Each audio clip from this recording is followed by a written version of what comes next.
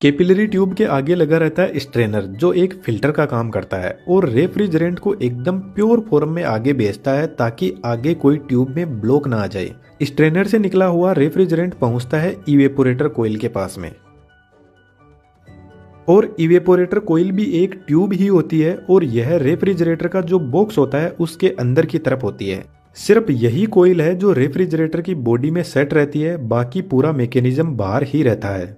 Refrigerator में जो सबसे ऊपर का बॉक्स होता है जिसको हम फ्रीजर बोलते हैं, वहां पर यह कोइल लगी रहती है और इसका इफेक्ट सबसे ज्यादा फ्रीजर में ही होता है। इसलिए इस बॉक्स में बर्फ आसानी से जम जाती है क्योंकि इस कोइल के अंदर एक बहुत ज्यादा ठंडा लिक्विड रेफ्रिजरेंट फ्लो कर रहा है। तो फ्रिज के अंदर जब हम कोई वेजिटेबल या फ्रूट रखते हैं तो उसकी गर्मी को इस कोइल में चल रहा रेफ्रिजरेंट एक्सचेंज कर लेता है, अपनी ठंड को वेजिटेबल को दे देता है और गर्मी को अपने पास में लेकर आगे निकल जाता है।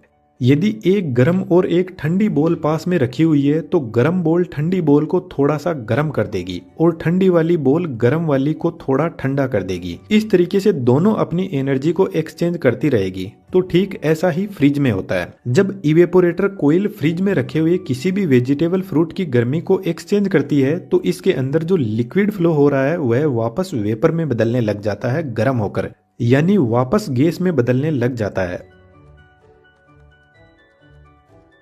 और जब यह गैस इवेपोरेटर कोइल से बाहर निकलती है तो वापस फिर से इसको कंप्रेसर के पास में भेजा जाता है। लेकिन यहाँ पर एक बहुत बड़ी प्रॉब्लम आती है। जब रेफ्रिजरेंट इवेपोरेटर कोइल से बाहर निकलता है तो वह पूरा गैस में नहीं बदल पाता है क्योंकि कई बार होता है कि फ्रिज में कुछ रखा हुआ ही नहीं है तो रेफ्रिजरेंट किससे हीट को एक्सचेंज करेगा। और जो कंप्रेसर यूनिट होती है उसमें यदि रेफ्रिजरेंट एक भी बूंद लिक्विड फॉर्म में चला गया तो उसमें तो मोटर होती है और मोटर खराब हो जाएगी और फिर पूरा कंप्रेसर बदलना पड़ेगा क्योंकि इसको खोलकर ठीक नहीं किया जा सकता। इसलिए कंप्रेसर के पास में एक्यूमुलेटर को सेट किया जाता है जो इवेपोरेटर कोइल से आ रहे लिक्विड को पूरी तरीके से गैस में बदल देता है और लिक्विड को अपने पास में रोक लेता है और फिर कंप्रेसर के पास में रेफ्रिजरेंट को सिर्फ और सिर्फ गैस फॉर्म में ही भेजेगा। उसके बाद में फिर से वही प्रोसेस चलती है। तो रेफ्रिजरेटर का जो सिस्टम होता है वह क्लोज लूप में काम करता है। यदि कोई लीकेज हो जाए तो ही रेफ्रिजरेटर की गैस खत्म हो सकती है, अदरवाइज इसकी गैस लाइफ टाइम तक चलती है।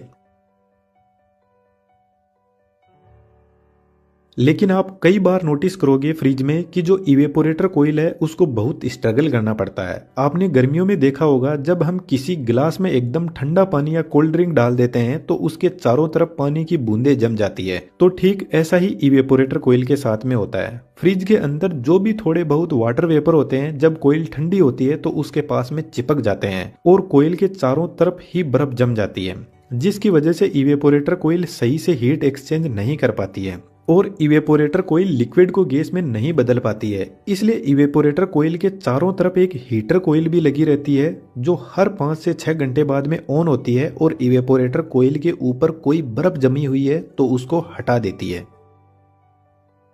और यह बर्फ पिघलकर पीछे की तरफ एक कंटेनर में पानी के रूप में कलेक्ट हो जाती है। इवेपोरेटर कोइल सिर्फ फ्रीजर में ही लगी रहती है ऊपर की तरफ, बाकी नीचे बचे हुए फ्रिज में ठंड का इफेक्ट देने के लिए फैन लगे रहते हैं जो पूरे फ्रिज को कूल करते रहते हैं। अब मैंने आपको बताया कि कंप्रेसर फ्रिज का हार्ट होता है, तो फ्रिज में दिमाग भी होता है और उसका दिमाग का नाम है थर्मोस्टेट। जब हम कूलिंग इफेक्ट को कम या ज्यादा करते हैं तो उस टाइम थर्मोस्टेट कंप्रेसर की स्पीड को कम या ज्यादा करके टेम्परेचर को कंट्रोल करता है। यदि हम फ्रिज का टेम्परेचर बढ़ा देते हैं तो उस कंडीशन में थर्मोस्टेट कंप्रेसर को स्लो स्पीड में रोटेट करवाएगा, जिसकी वजह से कंप्रेसर कम गैस को पंप कर पाएगा और कम कूलिंग इफेक्ट दिखेगा। जो डीप फ्रीज होते हैं उनमें कंडेंसिंग कोइल का स्ट्रक्चर बदल दिया जाता है जो कुछ इस टाइप का होता है और उसमें एक फैन लगा रहता है जो कंडेंसिंग कोइल की गर्मी को बाहर निकालने का काम करता है। बाकी काम करने की प्रोसेसिंग सभी फ्रिज की एक ही जैसी होती है।